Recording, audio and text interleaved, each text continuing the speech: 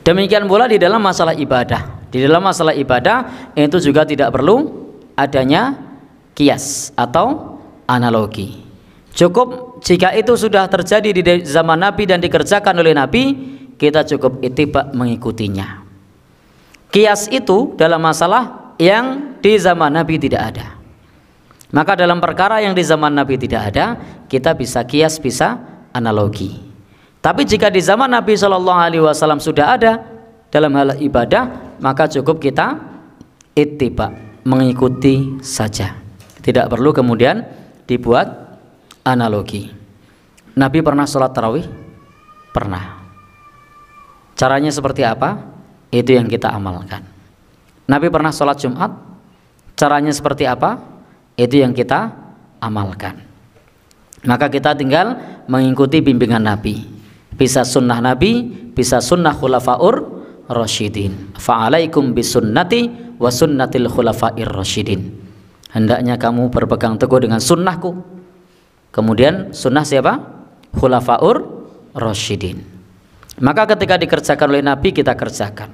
Ketika dikerjakan oleh sunnah oleh khulafaur rasyidin, jangan lupa itu juga sunnah. Artinya kita boleh mengerjakan yang dikerjakan Nabi, boleh mengerjakan yang dikerjakan oleh khulafaur rasyidin. Dan Bapak Ibu, ikhwan dan akhwat sekalian, kita sebagai umat Islam dalam masalah peribadatan itu tidak perlu berinovasi, tidak perlu berkreasi. Ibadah tidak membutuhkan inovasi dan kreasi. Tinggal ikuti saja apa yang pernah dilakukan oleh Nabi dan para sahabat. Tetapi berbeda kalau dalam persoalan dunia. Dalam persoalan dunia itu silahkan berkreasi, silahkan berinovasi. Bebas kita berkreasi, berinovasi dalam urusan dunia selama dalam perkara-perkara yang tidak dilarang oleh agama. Tapi kalau dalam perkara agama, kalau kemudian kita berkreasi, nambah-nambahi, tidak boleh. Mengurangi, tidak boleh. Mengubah-ubahnya, tidak boleh.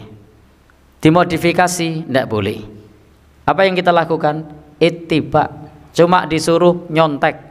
Nyontek bagaimana cara Nabi melakukan. Sehingga sesuatu yang itu sudah terjadi di zaman Nabi, maka tidak perlu kemudian kita nambahi dan mengurangi.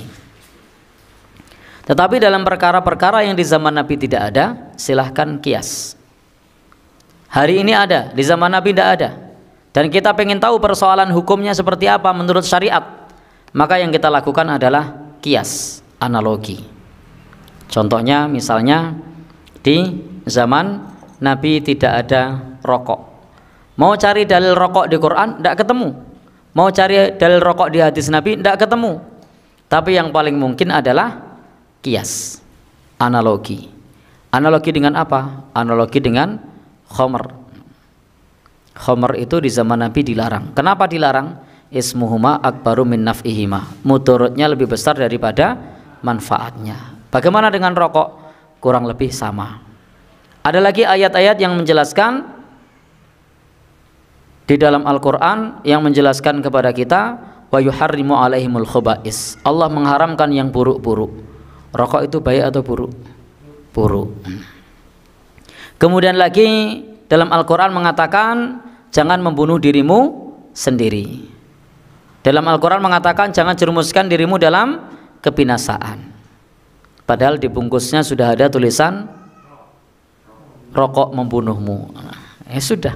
Ini namanya analogi. Ini namanya apa? Kias. Kalau dicari ayatnya, dicari hadisnya yang menyebut rokok tidak nemu. Di zaman dulu belum ada kopi, sehingga ketika kemunculan kopi itu fatwa ulama macam-macam, belum diteliti. Nah setelah diteliti ternyata kopi tidak berbahaya bagi kesehatan. Ya sudah, berarti kopi ya boleh, selama tidak kena asam lambung. Kalau kena asam lambung ya hendaknya mengurangi, menghindari. Apalagi contoh kias yang lain, narkoba. Ada yang bubuk, ada yang pil, ada yang hisap, ada yang suntik. Nah, di zaman Nabi ada enggak? Enggak ada. Tapi efeknya sama, bikin fly, bikin mabuk, dilarang. Kullu muskirin haram, segala sesuatu yang memabukkan hukumnya haram. Ya sudah, berarti haram. Meskipun bisa jadi pemerintah melegalkan, tetap sebagai warga negara kita tidak membelinya. Kenapa? Karena menurut agama kita hukumnya haram. Baik. Ada lagi contoh kias yang lain?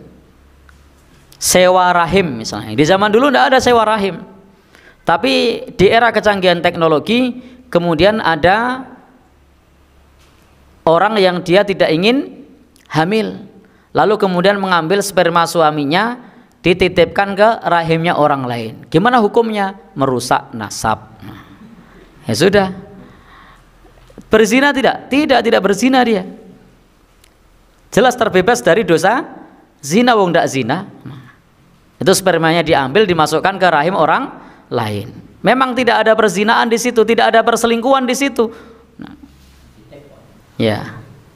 Tapi apa? Nasabnya rusak. Nah, itu ibu kandungnya siapa nanti? Nah, yang mengandung. Baik, ya. Bapaknya orang lain. Baik. Bapak Ibu yang berbahagia yang dirahmati Allah Subhanahu wa taala, berarti anaknya hasil pernikahan apa tidak? Tidak. Berarti nasabnya bukan nasab bapaknya, nasabnya kepada ibunya. Lalu kemudian yang mengasuh ibunya orang lain, namanya nasabnya ruwet. Ya sudah. Dalam hal ini dibutuhkan kias, analogi. Karena di zaman dulu tidak ada. Ada lagi yang lain? Bayi tabung. Di zaman Nabi ada bayi tabung? Tidak ada. Maka menghukuminya gimana? Ya analogi, kias. Selama itu mengambil sperma suami yang sah ya boleh, karena itu sifatnya adalah alat bantu untuk membuat menjadi hamil. Karena adanya satu kendala, kemudian diatasi secara medis dengan bayi tabung. Kesimpulannya selama itu aman, selama itu dari sperma suami, pasangan suami istri yang sah, maka itu tidak mengapa. Misalnya seperti itu. Ini adalah produk-produk kias atau produk analogi. Bapak Ibu yang berbahagia yang dirahmati Allah Subhanahu wa taala, insyaallah dan masih banyak nanti persoalan-persoalan lain yang dengan analogi. Kalau sebelumnya itu ada rokok yang mengandung tar dan nikotin, sekarang ada rokok hirba. Katanya kalau hirba ini lebih sehat dibandingkan yang mengandung tar dan nikotin. Tapi ketahuilah, rokok hirba itu baru sehat kalau diseduh. Karena kalau diseduh itu dia masuknya ke perut dan nanti dicerna oleh tubuh. Misalnya dari daun-daunan. Daun apa misalnya? Ya, kenapa? Daun yang menyehatkan atau dari sesuatu yang sifatnya herba. Misalnya dari apa? Jahe, kunir atau kunyit, serai, daun salam, misalnya apa lagi yang apa? Daun kelor, godong telo misalnya. Ya itu kalau masuk ke perut sehat. Tapi masalahnya dibakar. Kalau dibakar masuk ke paru-paru itu namanya karbon. Yang namanya karbon itu ada yang sehat. Paru-paru saja tidak butuh yang namanya karbon itu. Butuh tidak paru-paru? Tidak butuh. Sehingga meskipun itu herba, itu tidak bisa kemudian disebut menyehatkan. Karena ketika masuk ke dalam tubuh itu sudah jadi karbon. Tapi ada pula yang kemudian mengatakan, mereka mengatakan bahwasanya merokok itu tetap boleh. Kenapa? Karena kalau andekan itu membahayakan tidak boleh, tentu gula tidak boleh. Kenapa? Karena gula itu menimbulkan banyak penyakit. Toh tidak ada ulama yang memfatwakan bahwasanya gula itu haram. Padahal orang yang kena penyakit gula itu jumlahnya banyak. Itu analogi yang beda, itu namanya kias farik. Karena tubuh ini masih membutuhkan gula. Jadi tubuh itu masih membutuhkan gula. Beda dengan tar sama nikotin sama karbon, tubuh butuh apa tidak? Tidak. Jadi tubuh tidak membutuhkan. Ada pula yang mengatakan yang argumen yang serupa. Intinya selama itu masih dibutuhkan oleh tubuh, ya tidak mengapa. Seperti gula itu, ada orang kekurangan gula, dia untuk bisa sehat itu harus minum gula. Bahkan ada salah seorang rekan kita di mana, Gunung Saren, temannya Pak Bas ya, yang kena sakit gula, yang biasanya itu gulanya tinggi, lalu tidak minum gula, ternyata berkunang-kunang jatuh. Setelah dicek ternyata kekurangan gula.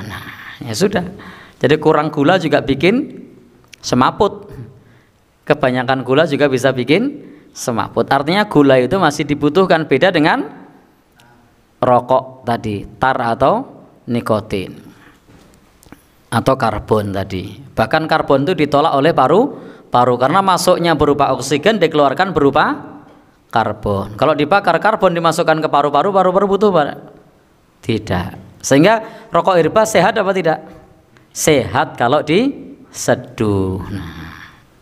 Tapi kan tidak diseduh itu. Gimana Pak?